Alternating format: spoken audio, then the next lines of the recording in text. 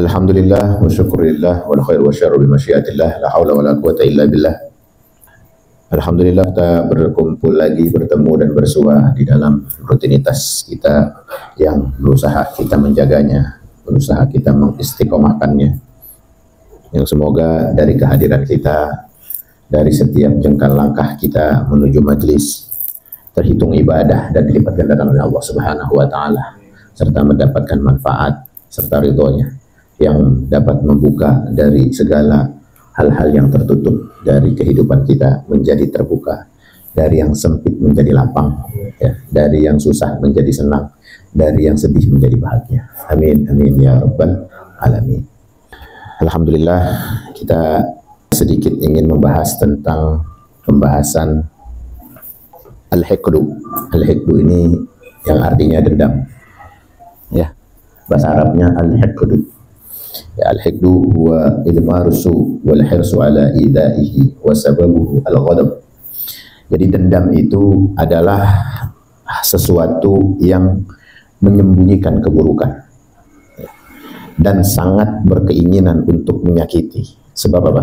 Sebab dendam itu bagian dari amarah, ya, dari sesuatu yang membuat dia itu marah, sesuatu yang membuat dia itu kesal, ya. Ini namanya al-hiqdu. Wa yatba'uhu thamanu hisalin muharramatin wa hiya al-hasadul mahqud alaih. 8 perkara yang diharamkan dan mengiringi, yaitu salah satunya dengki kepada orang yang dia dendami. Ini ada bagian-bagiannya yang bisa melahirkan dari hiqd itu sendiri. Yaitu yang pertama, dia bisa menjadi pendengki dari orang yang dia dendami. Itu dari lahirannya, jadi peranakannya. Wasyamatatu bimusibatihi. Yang kedua adalah mencela bila orang itu terkena musibah. Jadi kalau orang lagi dendam, lagi marah, pasti dia ngata-ngatain kalau lagi apa? Kena musibah. Kagak ada perasaan sedih, nggak ada perasaan iba, nggak ada perasaan empati, nggak ada. Nah, ini lahirannya dari dendam tadi. Wa hajruhu wa in tawaddaduhu.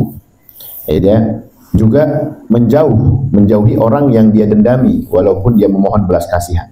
Jadi ada orang dia marah, dia nggak tahu kalau didendamin. Ada orang nggak tahu nih, minta duduk sama dia misalnya. Ini dia nggak bakal bisa, ya, nggak bakal bisa mendekat, gitu. Dia bakal ngejauh, nggak bisa dekat, nggak bisa duduk bareng.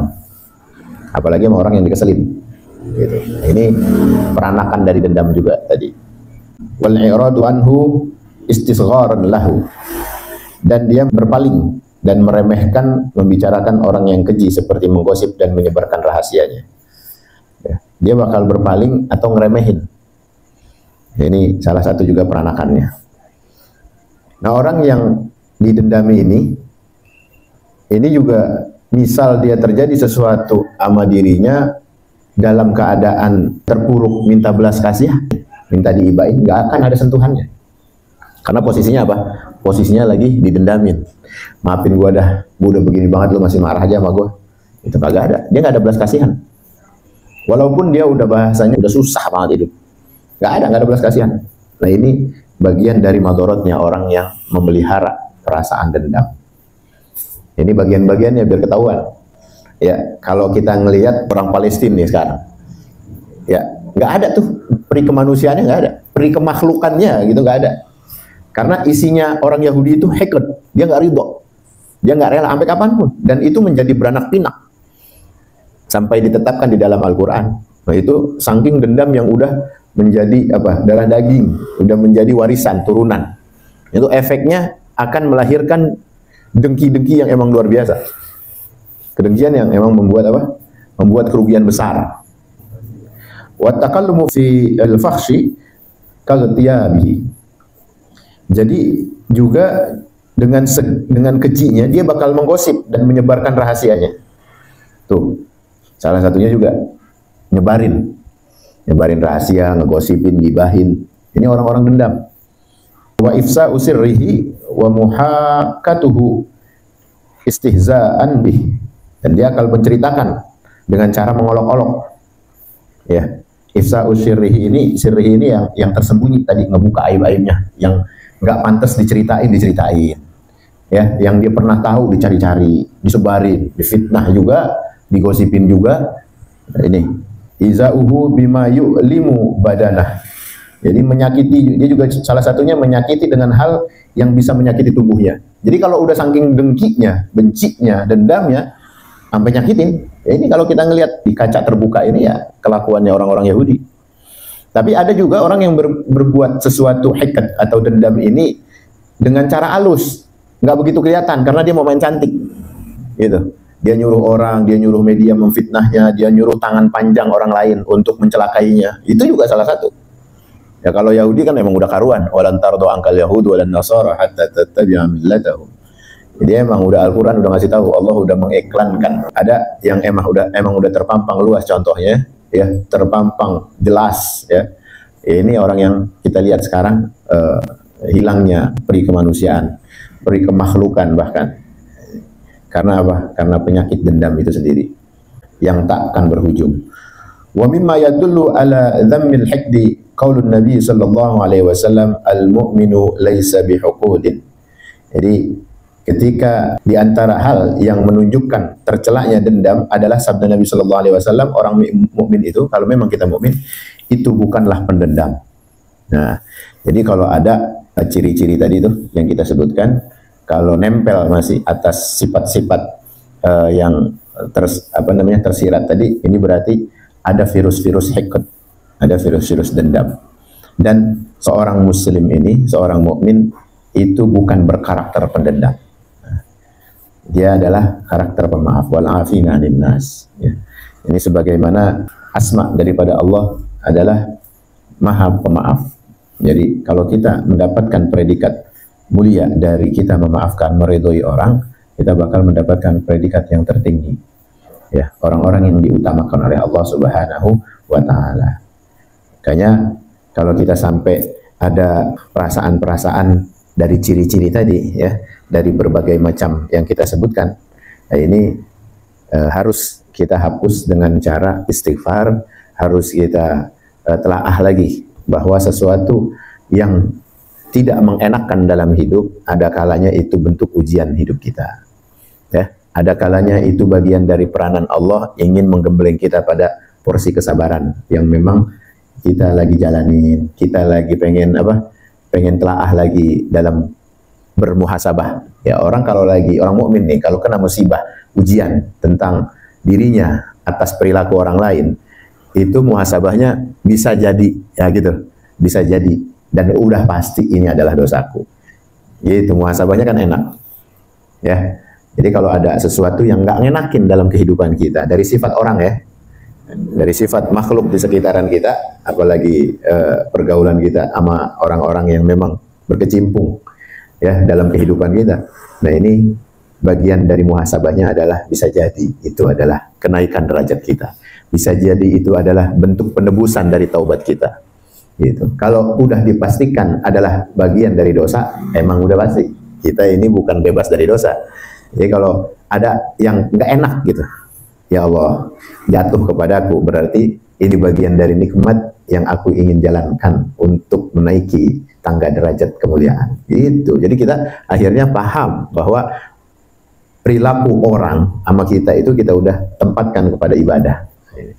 Lalu kalau dia menyakiti gimana? Apa perlu balas? Kalau dia tidak berbau fisik atau masih bisa dalam kategori toleransi secara agama gitu, tidak menzolimi secara akidah, tidak menzolimi secara fisik manusia kita, dan tidak disengaja, misalnya disengaja aja bisa minta maaf. Ya, gue dulu marah sama lu, gue kesel sama lu karena lu begini-begini, pasti ada sebabnya, pasti tanpa kita sadari gitu.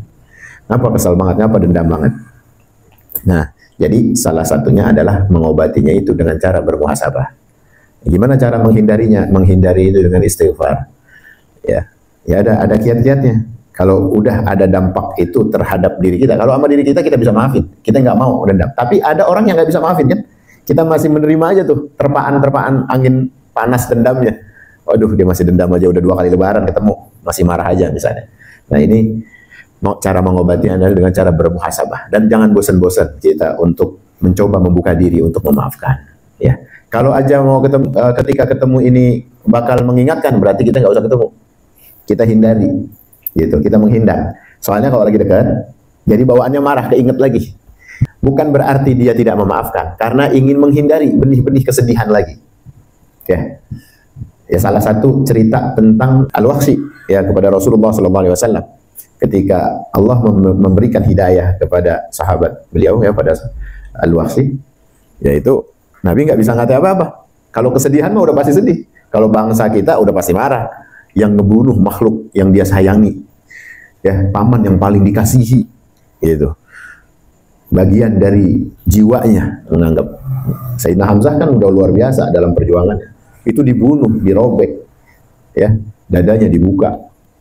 Itu atas apa? Atas suruhan, ya dari orang yang mendendam. Nah, itu tadi. Akhirnya dia nggak peduli mau caranya gimana sampai dikunyah itu hatinya. Ya, tapi kita ingin membicarakan bagaimana sifat memaafkannya Nabi. Walaupun secara manusiawinya ada rasa sedih, rasa marah bercampur, ya sifat manusiawinya.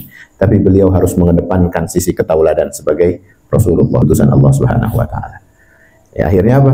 Akhirnya meminta supaya Al-Wahsy jangan menampakkan diri. Al-Wahsy tahu diri. Jadi udah tahu dibilang gitu, enggak sok ngejogrok mulu. Dia tahu. Ya Rasul ini sedih kalau ngelihat dia. Dia tahu posisinya. Rindu mah rindu. Siapa yang enggak rindu sama Nabi? Ya, ketika dapat hidayah, itu kangen banget. Pengen ngelihat, pengen dipandang, pengen apa. Itu bentuk satu pembelajaran buat kita. Kalau kita mendapatkan situasi yang membuat itu harus dihindari, ya kita menghindar jauh lebih baik. Bukan kita nggak memaafkan. Karena memang Allah Maha Pemaaf. Allah juga Maha Pendendam, yang pantas dendam ya Allah. Makanya kita kalau lagi kesal, ada yang punya sifatnya, ngapain kita? Ya, karena memang ada anjuran untuk kita memaafkan, ada anjuran, bukan kita untuk pendendam. Ya, ini supaya apa? Supaya anjuran ini juga salah satunya memberikan nuansa ketenangan dalam kehidupan kita. Orang kalau maafin kan cenderung tenang. Kalau enggak tenang, itu namanya dendam. Marah yang dikelonin ya. Marah, kesel, yang dibawa tidur, dirawat banget, itu namanya dendam. Gitu. Mau tahu dendam itu salah satu kekesalan dalam diri, kemarahan dalam jiwa, itu dibawa tidur, tiap hari nggak dilupain, dielon-elonin. Ya. Dipelihara, dirawat, dilus-elus tuh marah. Nah, ini namanya itu adalah dendam. Al-hikr. Dia jadi penyakit, bukan terus sehat. Orang dendam itu sakit, penyakit.